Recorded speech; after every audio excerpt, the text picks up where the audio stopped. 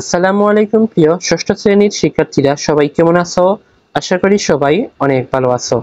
তো আজকে ভিডিওতে নিয়ে আসলাম তোমাদের ইংলিশ সেকেন্ড পেপার বিষয়ের একটি নমুনা প্রশ্নপত্র।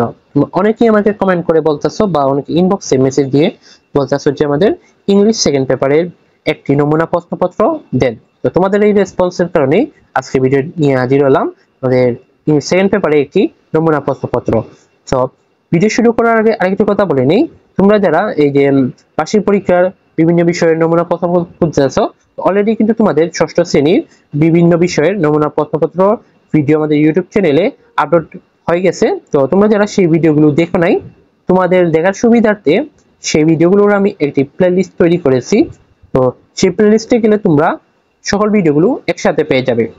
তো সেই প্লেলিস্টের লিংক এই ভিডিওর ডেসক্রিপশন বক্সে দেওয়া থাকবে, অথবা আমাদের যে ইউটিউব চ্যানেল আছে এই ইউটিউব চ্যানেলের প্লেলিস্ট অপশনে গেলে তোমরা ষষ্ঠ শ্রেণী বার্ষিক পরীক্ষায় সকল বিষয়ের নমুনা প্রশ্নপত্রের ভিডিও তোমরা একসাথে পেয়ে যাবে। তো পৃষ্ঠদের চলো দেখিয়ে দিই তোমাদের ইংলিশ সেকেন্ড পেপারের বার্ষিক পরীক্ষার একটি নমুনা প্রশ্নপত্র। তো প্রথমে তোমাদের বলে নেই, এই যে ইংলিশ সেকেন্ড পেপার এটা তোমাদের 50 মার্কের পরীক্ষা হবে এবং সময় দেওয়া হবে 2 ঘন্টা।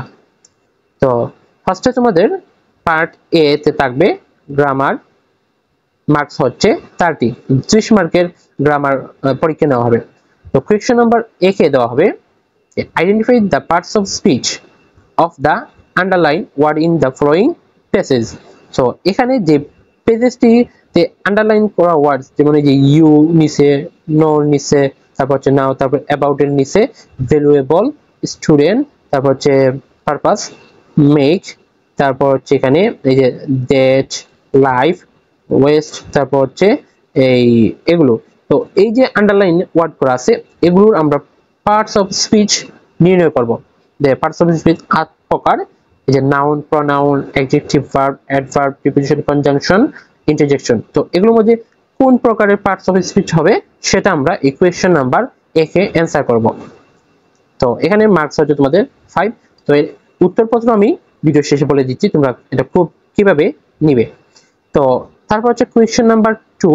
কোয়েশ্চেন নাম্বার 2 তে বলছে fill in the blanks with suitable words from the box। তো এখানে তোমরা এই যে ফিলিং গ্যাপস দেখতে পাচ্ছ, এখানে যে ওয়ার্ডগুলো আছে বক্সে, এই ওয়ার্ডগুলো আমরা এখানে বসাবো সঠিক জায়গায়। তো এখানে মার্কস হচ্ছে 5। তারপর শিক্ষার্থীরা কোয়েশ্চেন নাম্বার 3। কোয়েশ্চেন নাম্বার 3 তে কি বলছে যে make the sentence for the following substitution table. তো এখানে এই যে টেবিল আমরা দেখতে পাচ্ছি, এই টেবিল আমরা কি করব, ম্যাচ করব। ওটা টেবিলের যে ওয়ার্ডগুলো দিয়ে একটা আমরা 5টি সেন্টেন্স ক্রিয়েট করব। সো এখানে মার্কস হচ্ছে 5। সো তারপর শিক্ষার্থীরা কোয়েশ্চেন নাম্বার 4। তো কোয়েশ্চেন নাম্বার 4 এ তোমরা দেখতে পাচ্ছ fill in the gaps with the right form of verbs in the brackets। অর্থাৎ এই যে ব্র্যাকেটে যে ভার্বগুলো দেওয়া আছে এগুলোর সঠিক ফর্ম আমরা এখানে বসাবো, এই যে খালি জায়গা এখানে। তারপর যে সি নাম্বারে এটা দেওয়া আছে, তারপর হচ্ছে এই যে ডি, ই, এখানে তোমাদের 5টি দেওয়া হবে। তো এগুলোর সঠিক যে ভার্বের ফর্ম সেটা আমরা এখানে বসাবো। এখানে মার্কস হচ্ছে 5টি যেহেতু থাকবে 5 মার্কস। সো তারপর সেটা কোয়েশ্চেন নাম্বার 5 এখানে বলছে read the following sentence and change them as directed। অর্থাৎ এখানে আমরা চেঞ্জিং সেন্টেন্স করব। যে এই যে 1 নম্বরে ব্র্যাকেটে দেওয়া আছে যে প্রেজেন্ট ইনডিফিনিট টেন্স, তো এই সেন্টেন্সকে আমরা প্রেজেন্ট ইনডিফিনিট টেন্সে কনভার্ট করব। তারপর এই যে বি নাম্বার সেন্টেন্সকে আমরা অ্যাসার্টিভ সেন্টেন্সে কনভার্ট করব। তারপর সি নাম্বার যে সেন্টেন্সটি দেওয়া আছে এই সেন্টেন্সকে আমরা ইন্টারোগেটিভ সেন্টেন্সে কনভার্ট করব, চেঞ্জ করব। তারপর ডি নাম্বার যে সেন্টেন্সটি আছে সেটাকে আমরা নেগেটিভ সেন্টেন্সে চেঞ্জ করব। তারপর হচ্ছে ই নাম্বার যে সেন্টেন্সটি আছে সেটাকে আমরা নেগেটিভ সেন্টেন্সে রূপান্তর করব। সো এখানে মার্কস হচ্ছে তোমাদের 5। তো অ্যানসারগুলো আমি পরে দেখে দিচ্ছি। তারপর কোয়েশ্চেন নাম্বার 6 এ বলছে use appropriate punctuation marks and capital letter where necessary। তো এখানে এই যে প্যাসেজের মতো কয়েকটি লাইন দেওয়া হবে।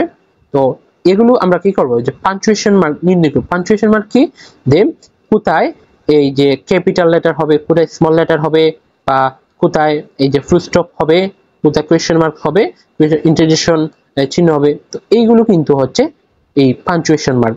সো এগুলো তোমরা এই কোয়েশ্চেন নাম্বার 6 এ পাবে, এগুলো অ্যানসার করবে। সেখানে মার্কস হচ্ছে কত, 5।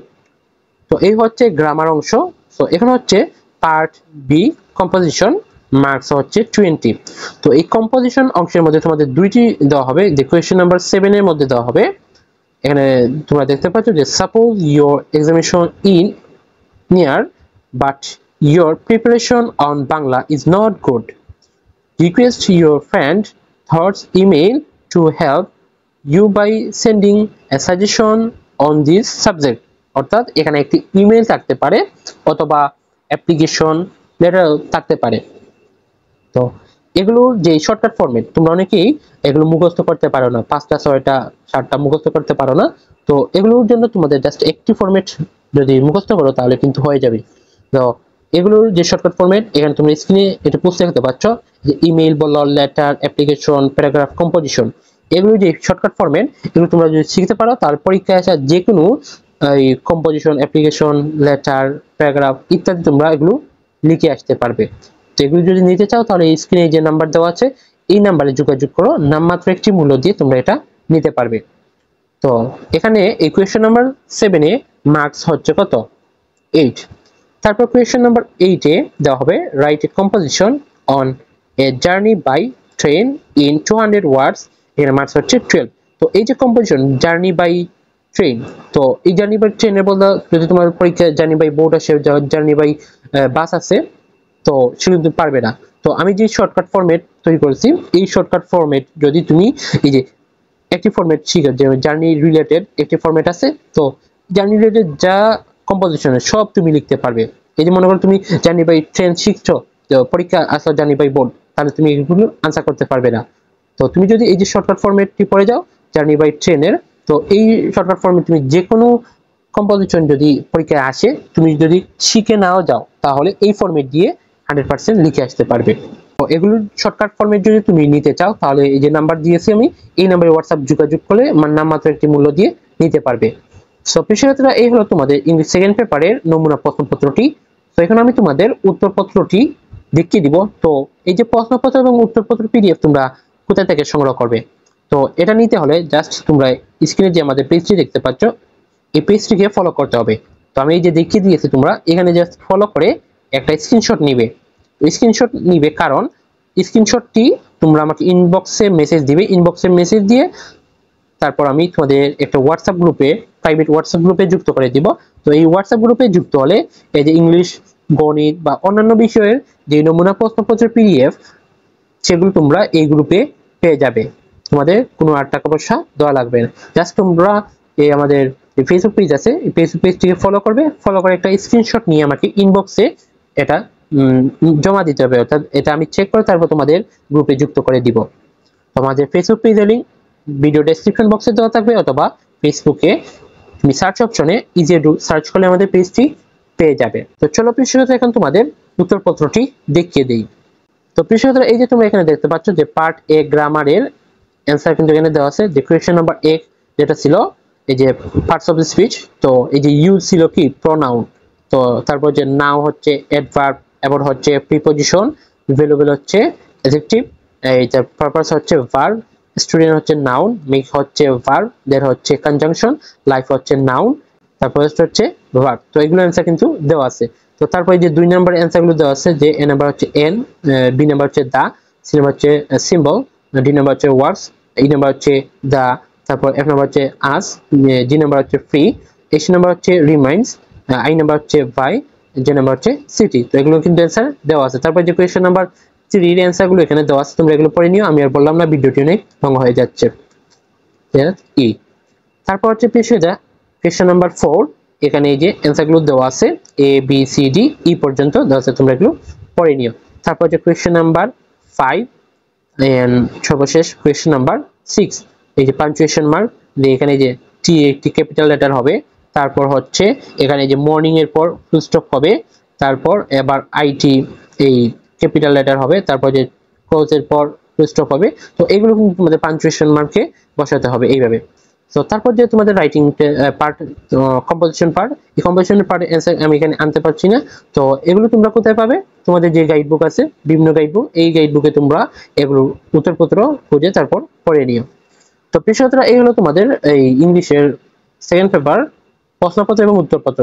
তো তোমরা এই যে আমি বললাম যে প্যারাগ্রাফ, কম্পোজিশন, লেটার এগুলো শর্টকাট ফরম্যাট নিতে চাও, তাহলে আমি যে নাম্বারটি দেখেছি সেই নাম্বারে যোগাযোগ করলে তুমি নামমাত্র মূল্য একটি দিয়ে নিতে পারবে। আর এগুলো পিডিএফ নিতে হলে জাস্ট আমাদের ফেসবুক পেজটিও ফলো করবে, ফলো করে একটা স্ক্রিনশট নিয়ে আমাকে ইনবক্সে জমা দিবে, তাহলে আমি তোমাদের চেক করে এই আমাদের হোয়াটসঅ্যাপ গ্রুপে যুক্ত করে নেবে। তাহলে কিন্তু তুমি এইখানে পিডিএফ, সকল বিষয়ের পিডিএফ একসাথে পেয়ে যাবে, বার্ষিক পরীক্ষার গাইডলাইনও তুমি এখানে পেয়ে যাবে।